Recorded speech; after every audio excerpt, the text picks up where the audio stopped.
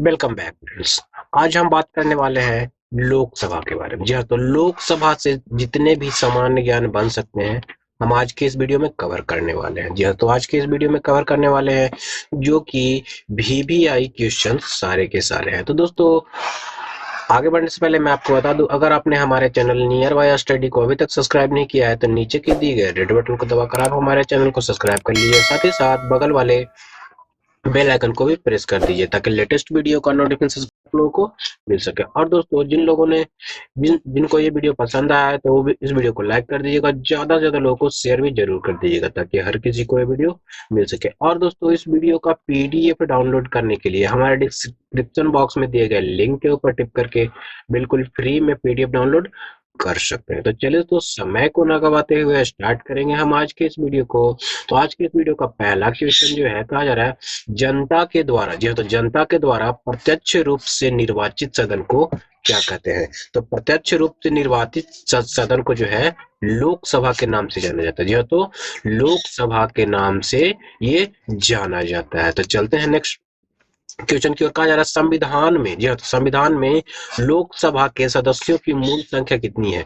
तो संविधान में जो लोकसभा के सदस्यों की मूल संख्या है वो 552 है। जी हाँ, तो 552 जो है मूल संविधान में इसका जिक्र किया गया है कि 552 सदस्य होंगे। तो दोस्तों, वर्तमान में लोकसभा में कितने सदस्य हैं? तो वर्तमान में जो लोकसभा में सदस्य हैं वो 545 है। जी हाँ, तो 545 सदस्य जो है वो वर्तमान में है। बढ़ते हैं आगे की ओर। तो आगे है राष्ट्रपति आंगल भारतीय, जी हाँ, तो आंगल भारतीय समुदाय के कितने प्रतिनिधियों को लोकसभा में नामित कर सकता है? तो दोस्तों, दो प्रतिनिधियों को, जी हाँ, तो दो प्रतिनिधियों को जो है राष्ट्रपति आंगल भारतीय के रूप में इसमें शामिल कर सकता है। तो हमारा अगला प्रश्न जो है, कहा जा रहा है लोकसभा में किस आधार पर सीटें आवंटित होती है? जी हाँ, तो लोकसभा में जो सीटों का आवंटन होता है वो किस आधार पर होता है? तो जनसंख्या के आधार पर। जी हाँ, तो जनसंख्या के आधार पर जो है वो लोकसभा के सीटों का आवंटन होता है। और सबसे ज्यादा, जी हाँ, तो सबसे ज्यादा सीट जो है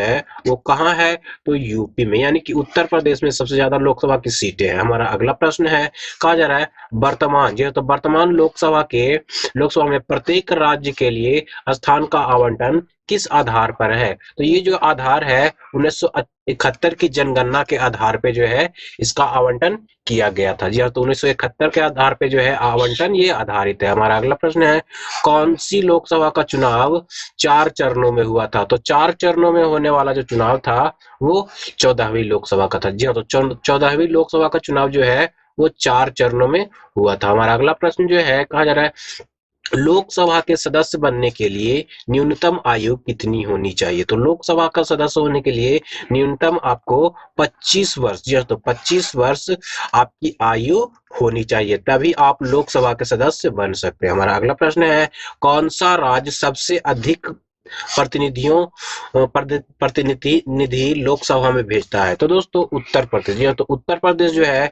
सबसे अधिक जो है वो प्रतिनिधि भेजता है। हमारा अगला प्रश्न जो है, कहा जा रहा है उत्तर प्रदेश के बाद सबसे अधिक संसदीय क्षेत्र में किस राज्य में जाता है? तो उत्तर प्रदेश के बाद जो है महाराष्ट्र। जी हाँ, एक नंबर पर आपको उत्तर प्रदेश सबसे ज्यादा हो जाता है और दूसरी नंबर पे आपको आता है महाराष्ट्र। अगला प्रश्न जो है हमारा, किस राज्य में, जी हाँ, तो किस राज्य में लोकसभा सदस्यों की संख्या सबसे कम है? तो सबसे कम जो है नागालैंड, सिक्किम और मिजोरम में। जी हाँ, तो सबसे कम यही तीनों हैं, नागालैंड, सिक्किम और मिजोरम में सबसे कम है। हमारा अगला प्रश्न जो है, कहा जा रहा है लोकसभा का नेता कौन होता है? तो लोकसभा का नेता जो है वो प्रधानमंत्री होता है। जी हाँ, तो प्रधानमंत्री जो होता है वो लोकसभा का नेता होता है। हमारा अगला प्रश्न जो कहा जा रहा है लोकसभा का नेता, जी हाँ, तो लोकसभा का नेता कौन होता है? तो लोकसभा अध्यक्ष। जी हाँ, तो लोकसभा का नेता जो होता है, लोकसभा का जो अध्यक्ष होता है वो लोकसभा का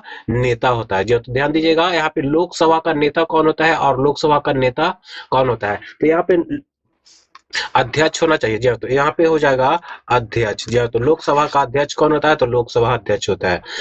पूछा जा रहा है भूतपूर्व, जी हाँ, तो भूतपूर्व सांसद सदस्यों को पेंशन की व्यवस्था कब लागू की गई थी? तो ये 1976 ईस्वी से। जी हाँ, तो 1976 ईस्वी से लोकसभा के सांसदों को पेंशन की व्यवस्था लागू की गई। हमारा अगला प्रश्न है, लोकसभा में कम से कम कितने सत्र जारी होते हैं? तो दोस्तों, लोकसभा में कम से कम एक साल में, जी हाँ, तो एक साल में 2 बार सत्र जारी किए जाते हैं, यानी कि इसका जो समय होता है लगभग 6 माह होता है। जी हाँ, तो 6 माह का समय जो है वो होता है एक सत्र का। जी हाँ, तो 6 माह का समय एक सत्र का होता है। हमारा अगला प्रश्न है, लोकसभा को कौन भंग कर सकता है? तो लोकसभा को भंग कर सकता है राष्ट्रपति। जी हाँ, तो राष्ट्रपति जो है भंग कर सकता है, लेकिन इसको भी सलाह लेने की आवश्यकता होती है। जी हाँ, तो सलाह लेने की आवश्यकता होती है प्रधानमंत्री से, यानी कि राष्ट्रपति भंग कर सकता है प्रधानमंत्री के सलाह पर। हमारा अगला प्रश्न जो है, वित्तीय बिल कहाँ पास हो सकता है? तो वित्तीय बिल जो है लोकसभा में पास होता है। जी हाँ, तो वित्तीय बिल लोकसभा में पास होता है। हमारा अगला प्रश्न है, अविश्वास प्रस्ताव किस सदन में लाया जाता है? अविश्वास प्रस्ताव जो होता है वो किस सदन में लाया जाता है? तो ये भी जो है आपको लोकसभा में लाया जाता है। अगला प्रश्न जो है, कहा जा रहा है बजट बजट किसके द्वारा पारित किया जाता है? तो बजट जो पारित होता है वो लोकसभा के द्वारा ही पारित किया जाता है। जी हाँ, तो बजट जो है वो लोकसभा के द्वारा पारित किया जाता है। हमारा अगला प्रश्न है, लोकसभा के सदस्यों की योग्यता से संबंधित प्रश्न का निर्णय कौन करता है? तो लोकसभा के सदस्यों का जो प्रश्न होता है योग्यता से संबंधी, वो लोकसभा अध्यक्ष जो है वो तय करता है, यानी कि निर्णय करता है। हमारा अगला प्रश्न है, अस्थायी लोकसभा अध्यक्ष क्यों कहते हैं? अस्थायी लोकसभा अध्यक्ष को क्या कहते हैं? यानी कि प्रोटेम स्पीकर कहते हैं। तो प्रोटेम स्पीकर को जो है अस्थायी लोकसभा अध्यक्ष कहा जाता है। हमारा अगला प्रश्न है, प्रोटेम स्पीकर। यह तो प्रोटेम स्पीकर यहाँ पे गलत लिखा गया है, परमानेंट स्पीकर लिखा गया है। प्रोटेम स्पीकर की नियुक्ति कौन करता है? तो प्रोटेम स्पीकर की नियुक्ति जो है वो राष्ट्रपति करता है। तो प्रोटेम स्पीकर का जो हिंदी में नाम होता है वो इंग्लिश वर्ड है। प्रोटेम स्पीकर का होता है महान्यायवादी। जी हाँ दोस्तों, महान्यायवादी इसका नाम है हिंदी में।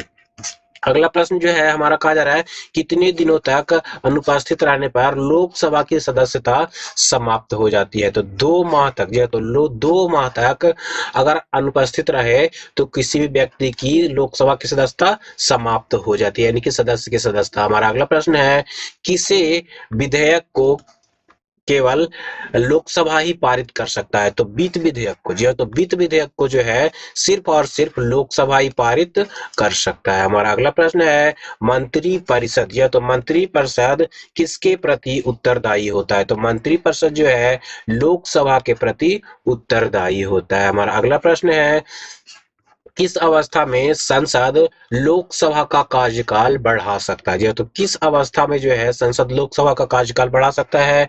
तो आपातकाल की स्थिति में। जी हाँ, तो आपातकाल की स्थिति में लोकसभा का कार्यकाल बढ़ाया जा सकता है। हमारा अगला प्रश्न जो है, कहा जा रहा है संसद एक बार में, जी हाँ, तो संसद एक बार में लोकसभा के कार्यकाल में कितने समय के लिए वृद्धि कर सकता है? तो संसद जो है 1 साल के लिए वृद्धि कर सकता है कार्यकाल को। हमारा अगला प्रश्न है, किस वर्ष, जो तो किस वर्ष लोकसभा का कार्यकाल एक एक करके 2 बार बढ़ाया गया था? तो 1976 ईस्वी में। जी हाँ, तो 1976 ईस्वी में आपातकाल के कारण जो है वो एक एक करके 2 साल तक बढ़ाया गया था, 2 बार तक बढ़ाया गया था। हमारा अगला प्रश्न है, राजनीतिक शब्दावली में शून्य काल का क्या अर्थ होता है? तो शून्य काल जो होता है प्रश्नोत्तरी सत्र होता है। जी हाँ, तो प्रश्नोत्तरी सत्र के जस्ट बाद का जो सत्र होता है वो शून्यकाल होता है। हमारा अगला प्रश्न जो है, कहा जा रहा है, यदि कोई व्यक्ति, जी हाँ, तो यदि कोई व्यक्ति राज्यसभा का सदस्य है, जी हाँ, तो राज्यसभा का सदस्य है, तो वह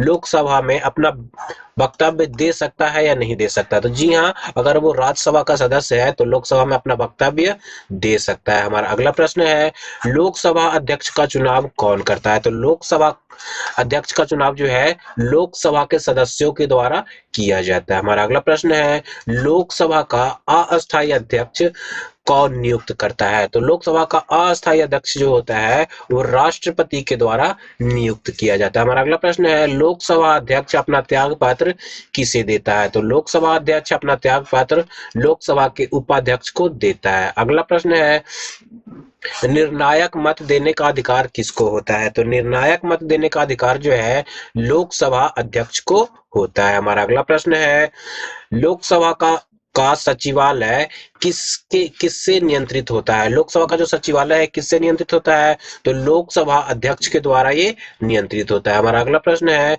भारत के प्रथम लोकसभा अध्यक्ष कौन थे? तो जीवी मावलंकर। जी तो जीवी मावलंकर जो थे वो लोकसभा के प्रथम अध्यक्ष थे। हमारा अगला प्रश्न है, भारतीय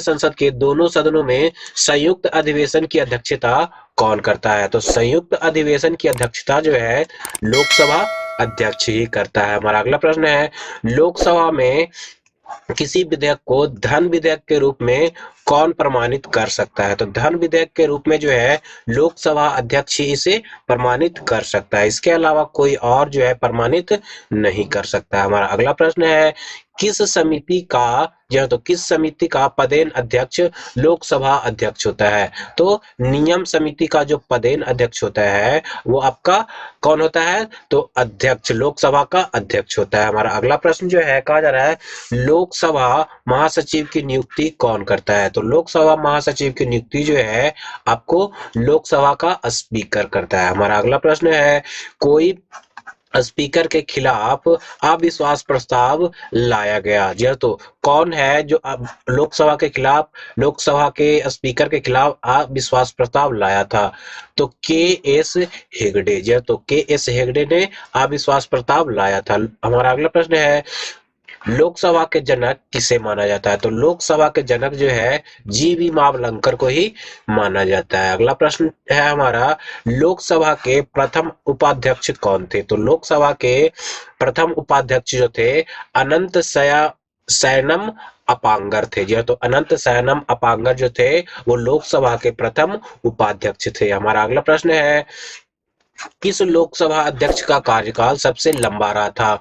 तो बलराम जाखड़। जी तो बलराम जाखड़ का जो कार्यकाल था वो सबसे लंबा था। जी तो सबसे लंबा था। चलेंगे अगले प्रश्न की ओर। तुम्हारा अगला प्रश्न है, लोकसभा के अध्यक्ष या उपाध्यक्ष की अनुपस्थिति में लोकसभा का अध्यक्षता कौन करता है? तो लोकसभा के अध्यक्ष की अनुपस्थिति में लोकसभा का जो वरिष्ठतम सदस्य होगा वही इसकी अध्यक्षता करेगा। हमारा अगला प्रश्न है, राष्ट्रमंडल मंडल अध्यक्षों का सम्मेलन का पदेन महासचिव कौन होता है? तो लोकसभा का महासचिव जो होता है वही पदेन महासचिव होता है। हमारा अगला प्रश्न जो है, कहा जा रहा है भारत के लोकसभा अध्यक्ष किस देश के हाउस ऑफ कॉमन्स के अध्यक्ष की तरह होते हैं? तो इंग्लैंड के। जी तो इंग्लैंड के ये होते हैं। हमारा अगला प्रश्न जो है, कहा जा रहा है लोकसभा का सचिवालय किसके प्रत्यक्ष पर्यवेक्षण एवं नियंत्रण का कार्य करता है? तो लोकसभा अध्यक्ष जो है